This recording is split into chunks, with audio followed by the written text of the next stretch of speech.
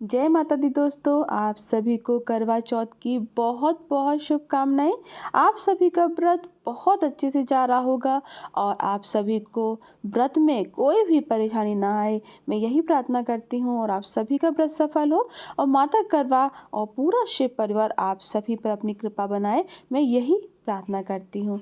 तो देखिए, बहुत सारी वीडियो की जानकारी तो मैं पहले ही दे चुकी हूँ, पर बहुत सारे कमेंट आ रहे थे कि 16 श्रृंगार की और बायने का सामान हमें कैसे निकालना चाहिए। तो मैंने सोचा कि ये सेपरेट एक वीडियो बना देती हूँ। तो देखिए, ये जो थाली है ये मैंने ऑनलाइन ली थी। ये जो वीडियो है वो मैंने पहले ही बनाकर तैयार की थी, तो मैंने सोचा कि बाद में कभी शेयर करूँगी, पर मैंने सोचा कि आज ही शेयर कर देती हूँ। तो देखिए, ये जो आपको बायना निकालना है, ये सब सामान आपको पहले से ध्यान रखना है। अभी मैं जो आपको बता रही हूँ थाली में, ये श्रृंगार का सामान है जो हमें माता रानी को अर्पित करना होता है। तो देखिए, इसमें आपको कम से कम 5-7 चीज़ें निकालना है। तो चूड़ी, बिंदी, महावर, आलता, सिंदूर, कुछ दक्षिणा, और अगर आप सोने चांदी का कुछ सामान लेकर आए हो तो वो आप निकाल दीजिए। तो ये जो थाली है ये पूजा की थाली है। अभी मैं आपको इसमें ही निकाल कर दिखा रही हूँ। अगर आपके पास बांस की डलिया है तो बांस की डलिया में निकाल लीजिए। वो ज़्यादा बहुत ही शुभ माना जाता है बांस। हमारे हिंदू समाज में पूजा पाठ में बांस की पूजा की जाती है। ध्यान रखिएगा, बांस को जलाया नहीं जाता है। इसलिए जो भी मेरा वीडियो देख रहे हैं, अगर आप लोग अपने घर में अगरबत्ती का यूज़ करते हैं तो प्लीज़ मेरी रिक्वेस्ट है कि आप अगरबत्ती जलाना बंद कर दें। आप धूप जला सकते हैं और दीपक जला सकते हैं, वो ज़्यादा शुभ माना जाता है। अब देखिए, ये सभी सामग्री हमने निकाल ली है। ये है माता रानी को अर्पित करना है, और कुछ दक्षिणा भी निकाल लेंगे। और अगर आपके पास सोना चांदी का सामान हो या दक्षिणा हो या फिर आपके पास गजरा हो, तो ये सभी चीज़ें भी आप अर्पित कीजिएगा। अब हमें करवा चाहिए। इस करवे को मैंने डेकोरेट कर लिया है। ये तो बिल्कुल प्लेन आया था, तो अगर आप चाहें तो डेकोरेट भी कर सकते हैं। घर पर बहुत ही आसानी से डेकोरेट कर लेते हैं। तो यहाँ 2 मिट्टी के करवे लिए हैं। आप एक मिट्टी का और एक धातु का भी ले सकते हैं, या फिर दोनों मिट्टी के भी ले सकते हैं। और एक छलनी चाहिए। ये छलनी ऊपर से डेकोरेट करके आई थी, पर मैंने इसको अंदर से एक लेस लगा ली है। तो आप प्लेन छलनी लाकर उसको सजा भी सकते हैं, बस सजी सजाई भी आजकल मार्केट में आसानी से मिल जाती है, तो आप वो भी ले सकते हैं। और अब हमें क्या चाहिए, तो देखिए, माता रानी को आप अच्छे से अच्छा श्रृंगार और सामान आप जरूर अर्पित करें। अगर हो सके तो चांदी के बिछिए भी जरूर अर्पित करें। तो जैसे हमारे यहाँ 2-2 पहने जाते हैं, तो हम 2-2 अर्पित कर रहे हैं। आपके यहाँ 3-3 पहने जाते हैं तो 3-3 भी अर्पित कर सकते हैं। फिर बाद में इसको आप माता का प्रसाद स्वरूप खुद ग्रहण कर सकते हैं। फिर हमें बायने की साड़ी निकालना है। तो ये जो साड़ी है अपनी सासू माँ को दे सकते हैं। सासू माँ ना हो तो आपके परिवार में कोई भी बड़ा हो जिसके आप पैर छूते हो, या ननंद हो, उनको आप दे सकते हो। साड़ी के साथ चूड़ियाँ जरूर दें। जो भी श्रृंगार का सामान, जो भी क्रीम, पाउडर और मेहंदी, आलता, महावर, नेल पेंट, जो भी वो यूज़ करते हो, जैसा यूज़ करते हो उस हिसाब से आप रख सकते हैं। सुहाग की चीज़ें आपको उसी दिन दान नहीं करना है। बहुत सारे कमेंट आ रहे थे कि करवा चौथ के दिन ही दान करना है क्या? ऐसा नहीं है। आप उसको रख लीजिए, आचमन कर दीजिए, उसको वार दीजिए, मतलब उसको मिनस कर आप रख सकते हैं और फिर बाद में कभी भी दे सकते हैं। आप अगले दिन दे दीजिए जब भी आपको समय मिले। बस आपको निकालना है बायना, बस उस पूजा में आपको ये ध्यान रखना है। तो देखिए, पूजा की बायने में आप कुछ दक्षिणा भी जरूर रखिएगा। तो यहाँ पर 5 या 7 सुहाग का सामान आप निकाल कर रख लीजिएगा।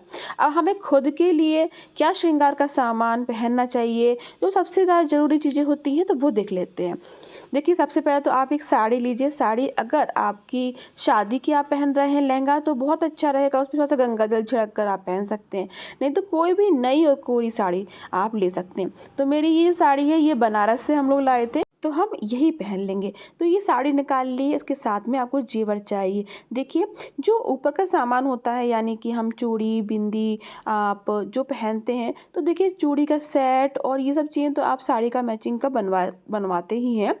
तो आपको ध्यान रखना है कि जो चूड़ी पहने, यानी कि आपको कंगन जो पहनना है वो कांच के हो सकते हैं या फिर आप लाख के पहन सकते हैं। ध्यान रखिएगा, प्लास्टिक का ना पहने तो बहुत अच्छा रहेगा। पूजा पाठ में कांच शुभ माना जाता है, कांच और लाख शुभ माना जाता है, तो आप यही पहनिएगा। आप आर्टिफिशियल बीच बीच में मिला सकते हैं, पर मतलब प्रॉपर सिर्फ प्लास्टिक के ना पहने तो बहुत अच्छा रहेगा। अब इसके साथ हमें चाहिए पायल। तो ये जो पायल है ये हमारी पुश्तैनी पायल है। ये पायल मुझे बहुत ज़्यादा पसंद है। मैं पूजा पाठ में ये अपनी मोटी वाली पायल ही पहनती हूँ। अगर आप नई पायल लेकर आए हैं तो नई पायल आप पहले माता रानी को छुवा दें, उनको अर्पित कीजिए और फिर पहनिएगा। और फिर आपको बिछिए चाहिए। ध्यान रखिएगा, अगर आप नई पायल ले रहे हैं तो आप नई पायल पहले माता रानी को अर्पित कीजिएगा, क्योंकि बहुत सारे लोग अर्पित नहीं करते हैं, इसलिए मैं 2 बार बता रही हूँ।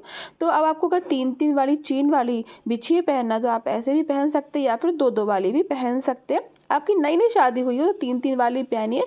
5-5 वाली भी बिछिए आते हैं तो वो भी पहन सकते हैं, बहुत ही अच्छी लगती है पूजा पाठ में। महावर लगाकर आप ध्यान रखिएगा, पहले आपको महावर नहीं लगाना है, पहले आपको बिछिया बदल लेना है। ध्यान रखिएगा, पहले बिछिया बदल कर फिर महावर लगाया जाता है। महावर लगा के बिछिया नहीं बदला जाता है। ये कुछ कुछ छोटे छोटे नियम होते हैं, वो आपको सुहागन स्त्रियों को पता होना चाहिए। तो देखिए, एक चोका छोटा सा वो हम ले लेंगे। मंगलसूत्र बहुत ज़रूरी लेना है। ये जो सभी जो सोने के आइटम हैं वो विशेषकर पूजा पाठ में बहुत शुभ होते हैं। अगर आपके पास हो तो ज़रूर पहनिएगा। और ख़ास करके पूजा पाठ में अगर इन चीज़ों को पहनते हैं तो ये आप कहा जाता है कि औरत भी एक लक्ष्मी का ही स्वरूप होती है, इसीलिए ये सभी चीज़ ज़रूर पहनिएगा। चूड़ी है, मंगलसूत्र है, ये सभी चीज़ें आपको ज़रूर पहनना चाहिए। ख़ास करके मेहंदी जो होती है, मांग टीका होता है, जो मांग टीका और जो नथ होती है वो सोने का हमें ज़रूर पहनना चाहिए। और जो पैरों में पहनते हैं वो चांदी पहनना चाहिए, क्योंकि चांदी जो होता है वो चंद्र देवता का प्रतीक होता है और सोना जो होता है वो सूर्य देव का प्रतीक होता है। तो ये दोनों ग्रह हमारे लिए अनुकूल रहे, इस तरीके से हमारे बड़े बुजुर्गों ने हमारी संस्कृति में ये नियम बनाए गए हैं। ये सभी नियम बहुत ही कारगर है। इन सभी चीज़ों का एक साइंटिफिक रीज़न होता है। तो ये देखिए, ये मेरी नथ है, इसको नथ भी हम सोने की ही पहनेंगे। अगर हो आपके पास तो ज़रूर पहनेगा। आर्टिफिशियल कोशिश कीजिएगा कम से कम पहने। आप एक बार पूजा के समय पहन सकते हैं, बाद में फ़ोटो वगैरह खिंचवाने के लिए आप आर्टिफिशियल बाद में पहन सकते हैं। मुझे भी आर्टिफिशियल बहुत पसंद है, मैं बाद में पहनती हूँ, पर मैं पहले जो पूजा करती हूँ उसमें सोने का पहनती हूँ, मैं बाद में चेंज कर लेती हूँ। तो देखिए, ये सभी चीज़ें मेरी आर्टिफिशियल है, इसलिए मैं आपको आर्टिफिशियल भी दिखा रही हूँ थोड़ी थोड़ी चीज़ें, क्योंकि मुझे बहुत पसंद है। और मैं जो जनरली जो चीज़ें ऑर्डर करती हूँ आर्टिफिशियल, ये मिंत्रा से ही करती हूँ। अगर आप लेना चाहें तो आपको मैं सबकी लिंक दे सकती हूँ, आप बता दीजिएगा। तो ये नथ है मेरी बड़ी वाली, मुझे नथ का बहुत शौक है, तो मेरे पास 2-3 नथ हैं, ये देखिए। और मैं आपको अपनी ये वाली वीडियो दिखा रही हूँ, जो फ़ोटो साइड में आपको दिख रही है तीजा की है। तो मैंने इसमें गोल्ड का भी पहना था और फिर मैंने चेंज कर दिया था। तो ये देखिए, मेरी तीसरी ये वाली नथ है। तो हर प्रकार की देखिए, अभी मैं इसमें गोल्ड पहने हुई हूँ। और ये पूजा के समय की, फिर मैंने साड़ी चेंज कर दी थी और फिर मैंने आर्टिफिशियल पहना था। ये बिंदी भी मेरी आर्टिफिशियल ही है। देखिए, दोनों तरीके से आप पहन सकते हैं, ध्यान रखिएगा पूजा पाठ में हमें सोना पहनना चाहिए और चांदी पहनना चाहिए। तो ये कान के हैं, मैचिंग उसके इयररिंग्स हैं। और आपको मैं एक सेपरेट वीडियो कभी बना दूंगी, अभी तो बहुत ज़्यादा बिजी चल रही हूँ, पर मैं कभी बना दूंगी। मेरे सारे आर्टिफिशियल ज्वेलरी मेरे पास बहुत सारी है, तो मैं सभी का आपको लिंक भी दे दूंगी अगर आप चाहें तो। और मेरे पास बहुत सारे कुंदन की और बहुत बड़ी बड़ी ज्वेलरी भी है, तो वो भी मैं आपके साथ ज़रूर शेयर करूँगी। तो ये देखिए, इस तरीके से झुमके भी हैं मेरे पास, ये बड़े वाले। तो इस तरीके से आप सजने के लिए, संवरने के लिए, अपनी खुशी के लिए हमें छोटा मोटा खर्च हम करते हैं, उसकी हमें गिनती नहीं करनी चाहिए, क्योंकि अगर वो हमें खुशी देती हैं तो हमें वो ज़रूर खर्चे करने चाहिए। और ऐसा कहा जाता है कि अपने ऊपर 16 श्रृंगार के खर्चों को अगर हम खर्च करते हैं तो वो हमारा पैसा वेस्ट नहीं जाता, वो हमें चौगुना ही मिलता है। तो ये वाला जो मांग टीका है, ये ऊपर से पूरा आता है और बहुत सुंदर लगता है। मैंने आपको साइड में आपको वीडियो फ़ोटो दिखाई थी। तो इस तरीके से भी आप ले सकते हैं। और जो सोने का सामान मैंने बताया वो तो हमें लेना ही है। तो ये देखिए, इस तरीके से आप अपना सूरज श्रृंगार कर लीजिएगा।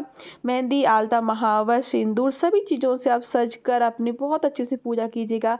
तो चलिए, आज का ये वीडियो मैं यहीं समाप्त करती हूँ। आशा करती हूँ आपको सभी जानकारी सही मिल गई होगी। अगर आपको ये वीडियो अच्छा लगा हो तो प्लीज़ लाइक कीजिएगा। पूरी पूजा विधि की वीडियो आप मेरे चैनल पर देख लीजिएगा। सुहाग कैसे लेते हैं, करवा कैसे फेरते हैं, सभी जानकारी आपको मिल जाएगी। तो चलिए, आज का ये वीडियो मैं यहीं समाप्त करती हूँ। इस वीडियो को शेयर जरूर कीजिएगा, न्यू है तो सब्सक्राइब कर लीजिएगा। आपका बहुत बहुत धन्यवाद।